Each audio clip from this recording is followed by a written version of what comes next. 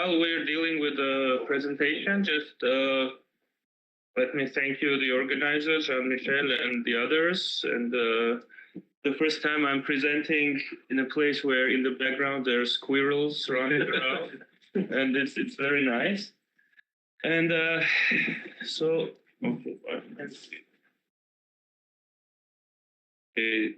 for some reason we can't see the title, but basically I actually modified it a bit, and I will say a couple of things. So first of all, I come from a background of history and nationalist studies, national identity and nationalism. So this is what I was doing, and this brought me to studying football. So in a sense, I'm a bit of a newcomer in this field. And this is how I look at football, through the lens of national identity studies. Second thing that I wanted to say is that I modified a bit my presentation to focus more on fans and whatever ordinary fans means. As you will see, there were some fans which are ordinary, but not very ordinary, like the patriarch of the Armenian Church, who presented to one of the footballers some magic boots, which were prayed on. So is he an ordinary fan? I mean, in a sense, he's not an ultra, obviously, and he's not a hooligan. So in that sense, he's an ordinary fan. But as the patriarch of the church, maybe he's not a very ordinary fan either. So I will try to focus on that. But also, I will have to give some background, because obviously, when you're speaking about teams from Manchester, everyone knows them. Or, for example, yesterday, colleagues from Croatia mentioned Zvonimir Boban, and I had some warm feelings and flashbacks of my, teenage years or childhood when I just started watching football. But unfortunately, teams from Armenia or Georgia or Azerbaijan, probably most people don't know them, so I will have to give some background. And also, this research has been funded by Armenian government, I have to say that. And part of this research has been published in an academic journal called Caucasus Survey, but more the part which focuses on the national identity. So this part which focuses on the fans, it hasn't been published mostly. So this is a map of the Soviet Caucasus. As you can see, there's 3 countries: Georgia, Azerbaijan, Armenia, and the North Caucasus was included into the Russian Federative Socialist Republic. And basically, I will be talking. I wanted to talk about the 3 teams from each country, but of course we don't have time, and I don't have. Most of my data is about the Armenian team, which was called Ararat. But these are the 3 teams: so Ararat Yerevan, which is the Armenian team, Neftchi Baku, which is the Azerbaijani team, and Dinamo Tbilisi, which is the Georgian team. And in 2016, in Yerevan, the capital of Armenia, there was this statue group installed, which is commemorating the Ararat of 1973. The Ararat is the club, and in 1973 it became the champion of the Soviet Union, and it also won the Cup of the Soviet Union. And this is basically the highest achievement of Armenian football in history.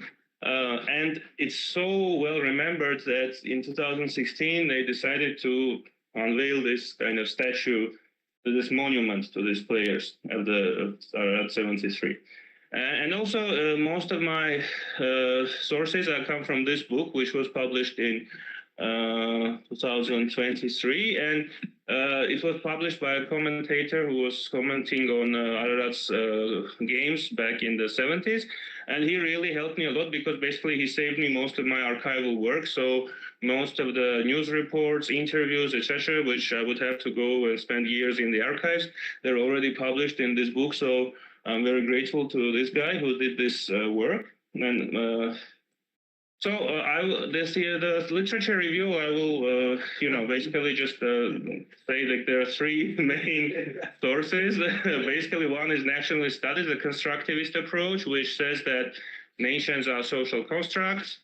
Authors like Hobsbawm, Ernest Geldner, Benedict Anderson, but also Anthony Smith, who criticized this constructivist approaches from so-called ethno-symbolic point of view, which says that certain elements of this national identity, they are being taken from previous periods. So it's not constructed out of nowhere, to put it very simply. And then the second body of literature is studies of national question, as they call it, in the Soviet Union.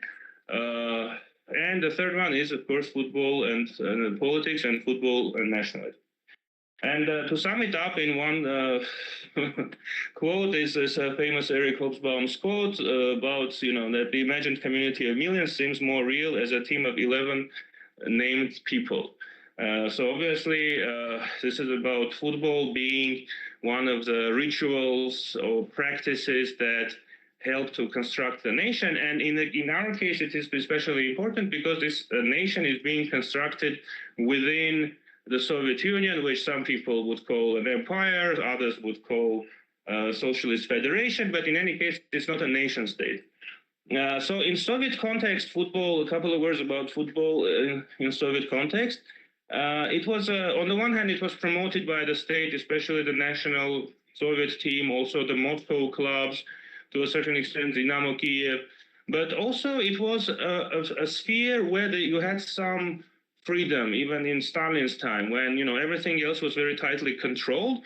The football stadium was a place where you could express yourself. You could form links, which is not communist party, or is not completely controlled by the government or by the KGB or by whatever. So in this sense, football had a very interesting place in Soviet society, and especially when it came to national question, because Soviet Union was a multi-ethnic country. It was I would say that it was a kind of reincarnation of the Russian Empire, combined with some socialist ideas. Others may argue about that. It's not the place to argue. But what is clear that they were national sentiments. They were national identities which had to be contained. And football often became like one of the places where these identities could be negotiated, and they could be even put into some kind of competition.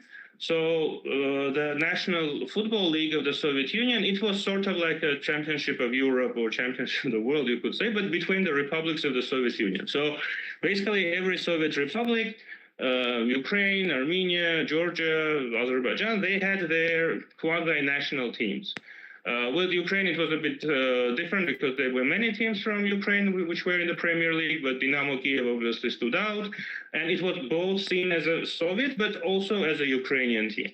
And then you had teams like from Dynamo Tbilisi from Georgia, Neftchi from Azerbaijan, Ararat from Armenia, that played the role of national teams, basically.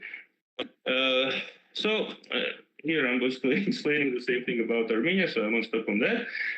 So interesting, these are the main facts about this Ararat team, which was first called Spartak and then called Dynamo, and then it was called Ararat. I'll talk about the name. The renaming is very important because Spartak is a very Soviet name. Like they were, Spartak Moscow. Dynamo is, again, a very Soviet and a socialist name, again, from former Yugoslavia and Soviet Union. But Ararat is a very Armenian name because it's the name of the mountain, which is one of the symbols of Armenia. This is the mountain. And the semantic field is very Armenian. Basically, if you call a team Ararat, it's almost as if you call it Armenia. Like everyone in the region and the Armenians themselves and neighbors, when they hear Ararat, they immediately think Armenia. So it's basically it's almost like calling the team a national team of Armenia, to put it. And then also there's a lot of historical heritage, because also now Ararat Mountain is in Turkey, even though it's historically been part of Armenia. But in 1920, because of a war, Armenia lost it to Turkey, and now it's just right on the other side of the border. So from Yerevan, where I live, you can see the mountain Ararat every day, but you can't go there because it's on the Turkish side and the border is closed. And of course, it also evokes the memory of the Armenian genocide in Turkey. So it's a very kind of loaded name and very important name for Armenia. So the key achievements I already mentioned. It was in the 70s, basically early 1970s. This was the best time for Ararat. It won in 1973 both the Champions title and the Cup of Soviet Union. And around that time, it was always, doing quite well in the Soviet Championship. It was not very lucky in the European Champions Cup because it lost to Bayern Munich, which later became it received the Champions Cup. So but Ararat lost in the early stages. And then after that, in the 80s, it was still around, but not as strong. And then the Soviet Union left, and of course, everything changed. Also, the stadium is important, and it was built also more or less around the same time when Ararat started being a strong team. And before that, it was quite a small stadium which had 15,000 seats. And then in 1971, they opened the one which had 70,000 seats, which is quite big for Armenia. Now Armenia has about 3 million people. At that time, it was 2.5 million. So for 2.5 million, Soviet Republic building this kind of stadium, which could house like 70,000 people. And sometimes people said there were also people without tickets. So it was even more. This is quite... It shows that also there's something behind it. The players of Ararat, they were mostly ethnic Armenians from Armenia, but also from other republics of former Soviet Union, and also people from Armenia who were not ethnic Armenians. But they were all sort of perceived as Armenians, and when the players or the coaches or fans, they were talking about it, they were always saying, this is us, and they were doing this kind of, drawing this clear border between the players of Ararat, this is us, Armenians, and then the referees, the other teams, the Soviet Federation of Football, this is them. Either the Russians or it's a bit different in case of Georgians and Azerbaijanis, so it's the neighbors in the Caucasus, but it's always this us and them distinction, which was very clear. Interesting that also, given now the conflict between Armenia and Azerbaijan, which is recently there's been a peace agreement, but it's still quite, quite heated. At that time, there were also Armenians from Baku, the capital of Azerbaijan, who came to Yerevan to play. But it also led to some tension, about which I will talk if I have time. And also the coaches of Ararat, they were from all over the Soviet Union, but there was a tendency to invite ethnic Armenians. And the most famous coach, who was coach in 1973, when Ararat had all these victories, it was Nikita Simonyan, who was ethnic Armenian from Russia. He had been playing in Spartak Moscow, but in 1973 he came to Armenia, and in his interview he's describing how his football philosophy coincides with the football philosophy, but also everyone understood that this is also about ethnic belonging and this feeling of community based on that. So getting to the fans part, it was quite massive following for Armenia, which was 2.5 million. When they had about 40,000 fans, this was considered unsuccessful. This was considered low numbers. So and again, according to some sources, there were games when they had 100,000 people, even though the stadium could not house that, and people were queuing outside. So it was a very wide, popular phenomenon. And here also, again, about the Soviet context, it's important to understand, it's a quote from Levon Abramyan, Armenian anthropologist who was also a football fan, and in this case, he's more like a not as a scientist, but as a fan. He was talking about how, again, I mentioned it a little bit, that, you had certain freedom from the government, from the official ideology. It was allowed to be a football fan, but you decided, which club you're supporting, how you're supporting. Of course, there were certain boundaries. So the victories, when Ararat won, of course, it turned into a huge national celebration. There were people, demonstrating in the streets, making barbecue in the streets, which is sort of traditional Armenian way of celebrating things. And as one of the players was telling, when they returned from the airport, there's a Victory Bridge, which is 15 minutes from the airport by driving normally. It took them 2 hours because every moment they were being stopped and they had to drink, some homemade vodka or cognac, or they had to try this barbecue because people were putting this barbecue tables on the road. and so on. And it's interesting that this, when you look at the descriptions of this festive atmosphere, it's also very similar to description of protest movements that happened in Armenia in 2018 recently, and also in 1988. So this kind of atmosphere of carnival, this kind of atmosphere of the celebration, it also was present in political protests later. How am I doing on time, by the way? About 6 minutes. 6 minutes left or 6 minutes left? Oh my God. Yeah, time flies. So yeah, similar things that happened in Tbilisi.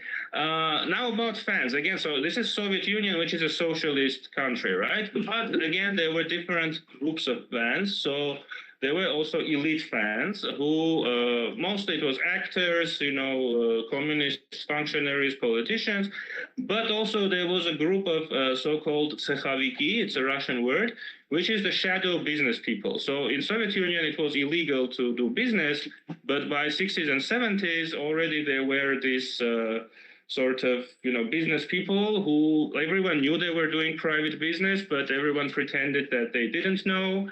And the government somehow allowed them to function as long as they didn't go too far. And they had more money than everyone else. And it's interesting how this, it shows also how the Soviet system was sort of being corrupted from within, but it also shows how these people were also, very much devoted to Ararat Yerevan, and they were supporting it, and they were giving money. And also this the story that I already mentioned about Catholicos, so Patriarch of Armenians, who one of the footballers was telling that it's from 1967, a bit before he won the championship, but he was saying how he had a difficult, time in his games and he couldn't score. And then he went to the Patriarch, and Patriarch gave him a pair of boots, and he said that these boots are blessed. And after that, he scored in the next game, and then he scored 11 goals and became Ararat's top scorer in the tournament. So talking about football and religion, as in one of the previous presentations, we heard about it. So it's an interesting connection to that. Also, there were a lot of ethnic Armenian fans outside of Armenia, mostly in Soviet Union, in different places. So these are some important ethnic Armenians from other places in Soviet Union. There were Armenian, like Ararat fans in neighboring Georgia and Azerbaijan, where there were significant Armenian minorities who were coming to Yerevan for their games. There were some non-Armenian fans, but not so much. Also, it's interesting relation with Georgian and Azerbaijani clubs, which I was planning to focus in the beginning, but now I realize I won't have time to focus on that. And also, there's not much data because it was somehow, when there were episodes of violence or tension, this was kind of played down. It was not officially reported. But it's a very interesting, couple of stories about how in Tbilisi, the capital of Georgia, where there was a significant Armenian minority, when the games happened, and they lived in neighborhoods together, Armenians and Georgians. So when the games happened, there was some rivalry between them, but then the next day they were again kind of being friendly to each other. And in general, with Georgia, which is also a Christian country, so has a lot of similarity in terms of background with Armenia, this rivalry was more a friendly rivalry. And also when they were playing against Russians, for example, Armenians and Georgians, there were some cases when they supported each other. But with Azerbaijan and Neftchi Baku, things were more complicated. There were cases of violence reported. There was more tension, which also may be connected to the conflict which emerged later. But also we have to be careful because often the memories of people are affected by recent events, so they may be projecting the current conflict on the past. So in general, the issue of violence with Ararat fans, it requires more study because, as I said, in Soviet Union, it was usually put down. Even there was a case when Spartak Moscow was playing Harlem in 1980s, and there was a stampede and 40 people died, and the Soviet newspapers didn't report it at all. So it was completely suppressed. It's only dissidents were talking about it. So these cases of violence, they have to be researched better. But in general, so far, I have the impression that Ararat fans were not very prone to violence. And it would be interesting, again, to look why that was the case. Is it because they were mostly ordinary fans, or, there was some historical and cultural things at play? And again, other aspects which we didn't have time to look at.